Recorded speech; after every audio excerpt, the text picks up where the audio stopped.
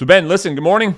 Today's show, we're going to talk about three major things that dropped in the last day or so, two of which are major lawsuits that NAR is continuing to fight. And then we'll talk about NAR membership and how far that's going to drop in 2023.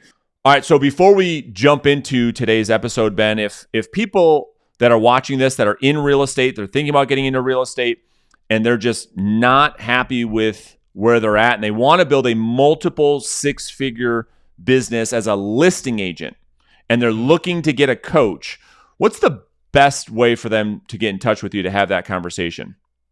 Yeah, feel free to reach out to me via email, just Ben@Reverse Selling, and we can talk more in depth about what it would look like to work with Brandon and take your skills to the next level. Things that we're going to touch on today's episode, big part of it is just making sure as we transition into a different market, our skills have to be sharper than ever.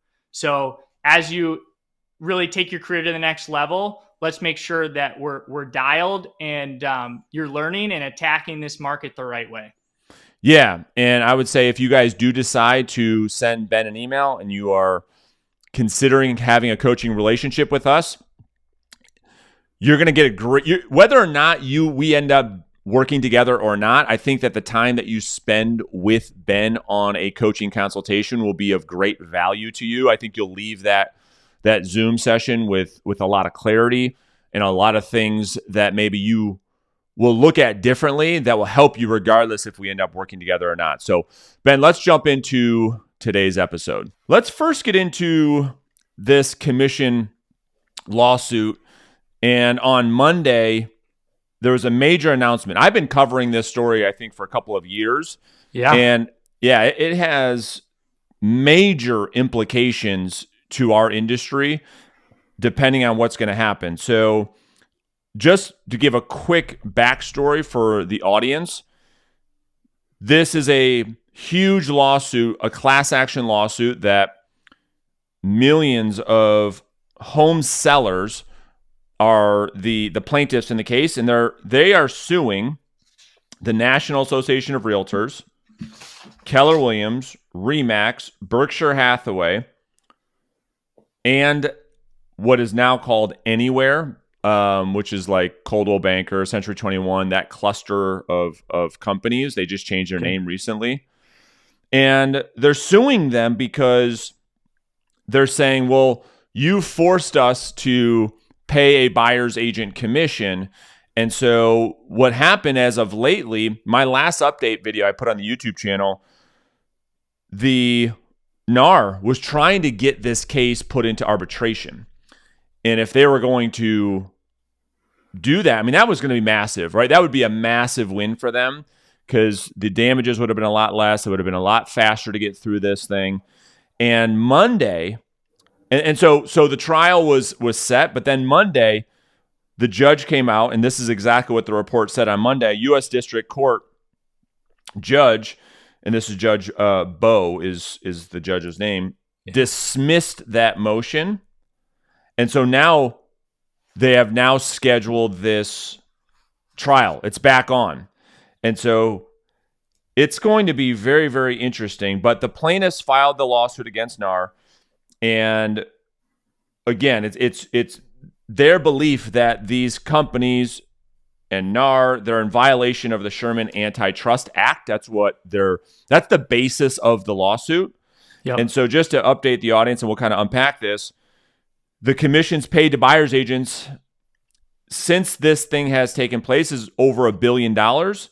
And the total damages, if they lose the case, is about $4 billion. And so the trial was initially scheduled to start on February 2023.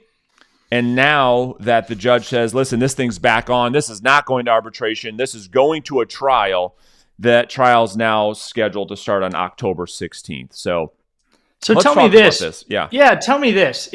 Who is the plaintiff? Did just a bunch of people that sold their home band together and put this suit? Or is it a bigger, somebody that saw an opportunity and hired a firm to tackle this? Because this is a huge deal.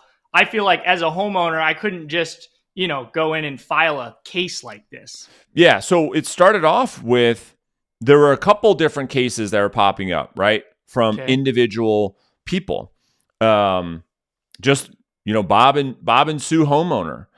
And then, they hired a law firm, and this became a class action lawsuit.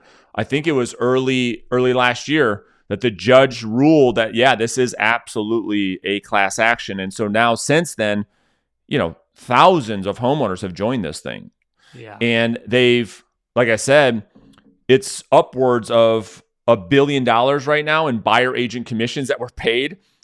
And so they filed this lawsuit in 2019. It was like 3 years ago. And so it's up to $1 billion. Total damages they're going for is $4 billion.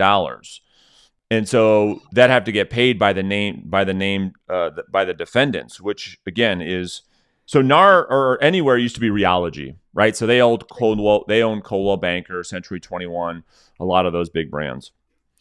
My issue is, and this is what I want to talk about before we get on to the next major lawsuit that NAR is up against, is, and this is what I've been saying the entire time, when a seller, first off, decides to hire a listing agent, no one's forcing their hand, right?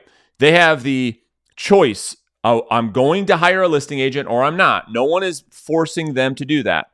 Right. When they decide to do that, not only do they have that choice, but they also agree to the total compensation. Yes. That is 100% negotiable. Yes. And so they decide to hire an agent. They meet with the agent. They discuss compensation. Seller says, I will agree to pay you X dollars to sell my house. At that moment in time, seller says, okay, there's no issues here. It's only that when they found out later that we hired you, Ben, and you charged us 6%. Wait a minute, you gave 3 of that to another agent? I didn't agree. So I think that's where I think there's a lot of confusion with this case, but I think it's going to be very difficult for them to win because every single one of those sellers signed a listing contract.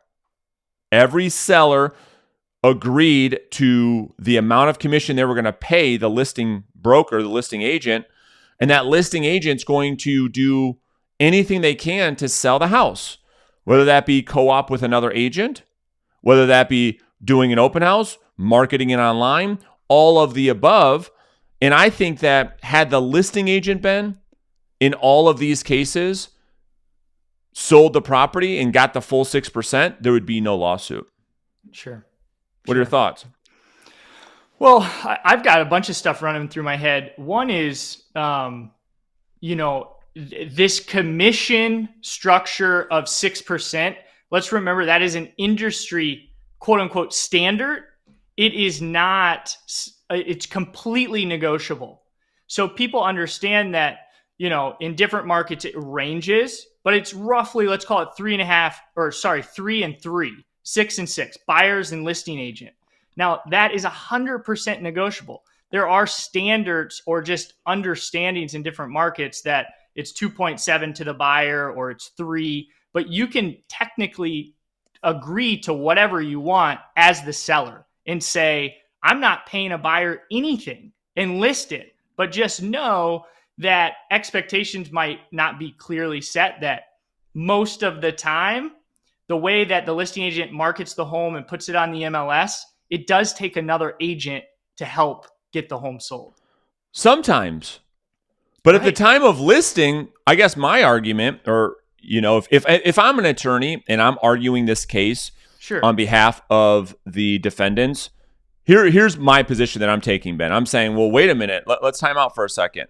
Mr. and Mrs. Seller, and I have them on the stand, right? I say, Mr. and Mrs. Seller, at the time of the listing, when you decided to hire Bob, my client, you agreed at that time to pay 6%, correct? Yes, totally. I did. Yes. Right? Yes, I did. Okay, great. Now, your issue is that when you found out that half of that 6% was paid to a buyer's agent who brought you an offer that you decided to accept, that's where you have an issue. In other words, Had your agent brought you an offer and you never found out that there was another agent, are you suggesting that you would have no issue with that? See, that's the point. That's the angle that I'm taking. It's like, well, what does it matter? Like, you're fine if I sell it and I get all 6, but if I bring you an offer that's better for you that another agent brought you and you're still paying 6 no matter what, what's the issue? Right. That's going to be hard to defend. I mean, that's going to be hard to argue, rather. Right. No, I agree. What do some other, outside the U.S., do they do it differently? Yes, they do. So let's talk about that. If the plaintiffs win the case, and let's just pretend for a second that it's going to have a massive impact on our industry in that buyers will have to compensate their own agent, right? And so when you list a house, it'll be 3% and or whatever. It's going to be X%, and there would be no compensation due to buyers agents. That's how most other countries do it. And so that's already been part of the suit. That's already been argued. It's already been brought up in the case. And that's a huge thing that the plaintiffs are hanging their hat on. It's like, well, why are we not doing this like they do it in Europe? Right. Why are we not doing this like they do it in Australia? Why is the United States the only country in the world that does it this way? Right. And the counter argument to that is because of there's a lot. Listen, I don't know all the laws. I'm not an attorney, but there's a lot of consumer protection for buyers to have representation. Right. So let's talk. I want to get your opinion on if that happens. I've also covered this in great detail. The pros and cons, both for real estate agents and the consumer. So let's pretend the trial comes October 2023. It goes for a couple of weeks. Judge rules. Plaintiffs win. Real estate industry is forever impacted in this country. No more buyer's agents, or no more compensation for buyer's agents. Buyers have to pay their own agent. What do you think would be the implications of that? What are the things that come to mind? Let's start with the real estate agents first, and then we'll talk about the consumer. Yeah, I think the biggest reason we have buyer's agents right now. So if the listing agent is representing both parties, he is going to have a biased, just whether he likes it or not, towards the listing agent or towards the listing, right? Getting towards the seller sold. Correct.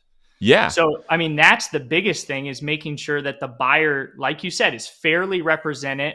They don't do this every day. So make sure that somebody has their back and can walk them through the process. Yeah, that is the big one, right? That's why I also have a tough time. It's like, okay, well, if they win, all the people that have regulations around this industry, to all the consumer protection, it's like I don't know, I can't see, but let's just pretend they won. But it's like, okay, well, now all those consumers go unrepresented. They're all going to be dealing with agents that are legally a fiduciary to the seller. Is that what you really want? Okay, fine. Because for the listing agent, for the consumer, for the buyer, it's going to be worse. Correct. It's going to be worse for the buyer. For the seller, I don't know, if I think about that, seller, okay, they pay half the commission. The other argument I'm making is that sales price and commissions are two different things. But let's just say the seller, is a beneficiary of that. For listing agents, I think it's the same or better. Because if I'm a listing agent, Ben, I'm going to list the house as I do normally. And because some of the people have commented on the videos before, they're like, well, dude, that's going to be a pain in the ass. I'm going to have to show this property and run over there all the time. No, you could have 1 or 2 open houses per week, and that'd be the only time the consumer can see the house. Now you have all the buyers coming to you, right? And you control the entire process. So there's an argument to be made that maybe is better for the seller. It's better for the listing agent. It's going to be brutal for agents that don't know how to secure listings. Correct. And I think it's going to be brutal for buyers. And yeah, we're going to lose a ton of agents in this industry through. And we're going to talk about that. The other piece for the consumer is, let's remember the seller has all the equity, right? So to make this payment, 10 times out of 10 paying it out of the equity of the sale, where Right. the buyer is coming with cash. So it's going to make buying a home 10 times harder, which, I mean, you look at what interest rates have done to the housing market. Can you imagine what would happen if now they have to bring 3% to compensate somebody for the purchase of a home? Yeah. It's going to change all the lending requirements, all of that. So that's not the only massive lawsuit that NAR has on their hands. Yeah. The other one is a lawsuit that is they're fighting this lawsuit against a pocket listing company. PLS is the name of the company, and that's another major lawsuit. And the plaintiff is saying that yet again, the lawsuit, the whole thing is around the Sherman Antitrust Act. They're saying, well, why is there a law that when a consumer signs a listing contract with a real estate agent that it has to go into the MLS within 24 hours? And we want to be able to hold that listing and do different things. That's better for the consumer. What is your opinion on that first? And then we'll talk about what happened and what the judge just ruled on. Sure. Well, I think limiting exposure can hurt a seller, right? However, if you're skilled and you're able to present the listing, the off-market situation to somebody to create demand and get them to jump on it and pay more, I would just argue that's not going to happen most of the time. Somebody's going to swoop in, get an off-market deal, and it could have sold for more if it was exposed. So it's really just benefiting the listing agent. Yeah. All right. So you and I see this exactly the same way. I don't think this PLS has a chance in this one. So NAR, they filed a motion to dismiss the case. And they had a smaller court rule in their favor. But then it went to the Supreme Court literally last week, and they ruled against that. So the suit's going to continue to go on. But here's the thing, to your point, is having a pocket listing does not protect the consumer. And so here, I think NAR's got it. I mean, this is done deal, in my opinion. It's going to be very difficult to convince a judge in the Supreme Court that holding a secret listing that nobody knows about is better for the consumer versus when there's a listing that is going to be hitting the market that every consumer has equal opportunity. That is better for the seller. It's better for buyers. It's better for the industry. It's more transparent. That is an uphill battle. I do not feel, I feel pretty bad for the attorneys fighting that case. I just don't think they have a chance. I cannot see a world. Tell me, what do you see? The only argument, to take the other side, the only argument I would make would be that the highest price is not always the seller's most important desire in the sale of a home. Sometimes it could be privacy. Sometimes it could be a quick sale, not having people, go through the home and drag it out. So it's like, that would be the only argument, whether it's more of an investment property or it's a very high-end property. They don't necessarily have to have top dollar or want top dollar. They just want to move on quicker. That would be my only argument for a pocket listing, if it's truly in the best interest of the seller and that's what they want. So let's talk. Let's debate that. This will be really good. So stay on that point, and I'm going to counter it. Right. So you're saying if you're the listing agent, you take this listing and you want to hold the listing and not get it out there to the masses because you potentially have somebody interested in the home that would give a beneficial offer to the seller, or that because my counter argument to that would be, well, how is that better for the seller? Wouldn't we rather get it out to the masses? So if price isn't just the most important thing, which I agree, well, how do you know that buyer that you have does have in the best terms? How do you know that there isn't another buyer out there that maybe doesn't have the highest price, but would even give more favorable terms to the seller if we don't get it out to the masses? Sure. Sure. So two situations pop into my head. Okay. One, luxury properties. Like, so I'm in a place where there's lakefront luxury properties, and there's different people that know that market really, really well. And they know in their head, hey, if a property like this pops up, I've got a guy that would jump on it. And the seller on the other end, maybe somebody just passed away, maybe they've got a lot of really nice things and they just don't want people walking through the property. So as a listing agent, if that's some of their concerns, being upfront and saying, hey, there's two options. We could post it on, market it, the whole shoot and match. And I just want you to know you could net more, or I've got 3 people I could call right now and see if they're willing to make a price or make an offer. And if they did, what price do you have to sell early, right?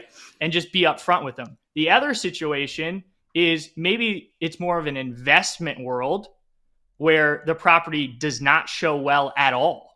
So it's maybe there's troubled tenants, maybe it was a hoarder, and as the listing agent, you say, hey, we can take some time, fix it up, get all the stuff out, really prep it to get top dollar. Or I work with some cash buyers that would buy the problem. So you're going to sell at a discount, but they're paying, you're getting a discount because they're taking on a problem. That's how you get a good deal, is you take on somebody else's problem, right? Sure. And solve it for them. So they know, okay, I can just wipe my hands of this, move on, and I might be getting 10, 15, 20, 30%. That's why these iBuyers exist, wholesalers exist, because price is not always most important to people.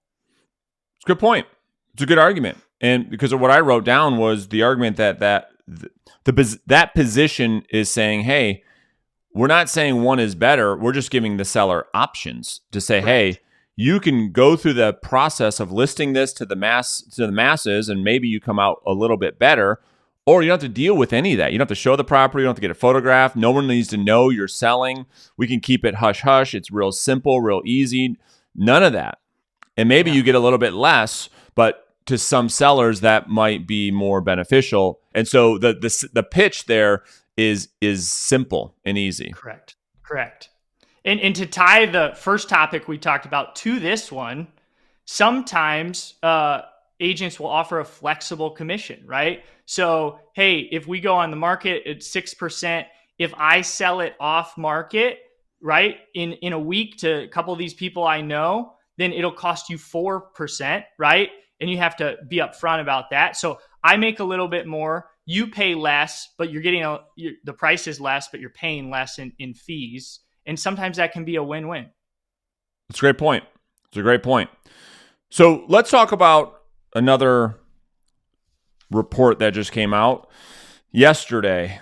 And NAR's making a lot of headlines this week. So The other headline is that the number of active realtors or members of NAR just hit a record.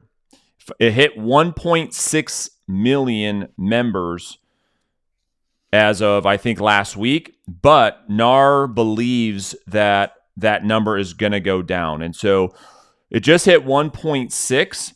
NAR believes or anticipates that the membership this year is going to drop to about 1.4 million realtors as a result of the housing market. Now, I want to show you and the audience something. I think that it's going to drop more than that. And here's why. So check this out. Let me pull up this. So if we look at to say, okay, we understand why NAR would say membership's going to drop, because 2021, we had, almost 7 million homes that sold in this country. And that's why we saw such a huge uptick in memberships. That was one of the biggest years they've ever seen with new realtors after the pandemic. Rush. It's like, everyone became a realtor. Yep. Well, then 2022, we ended up with about 1 million less home sales. And then it's being projected in 2023 that we end up just over 5 million, about 5.1. Well, and for context, if you remember off the top of your head, what was the sales in 08 or post 08?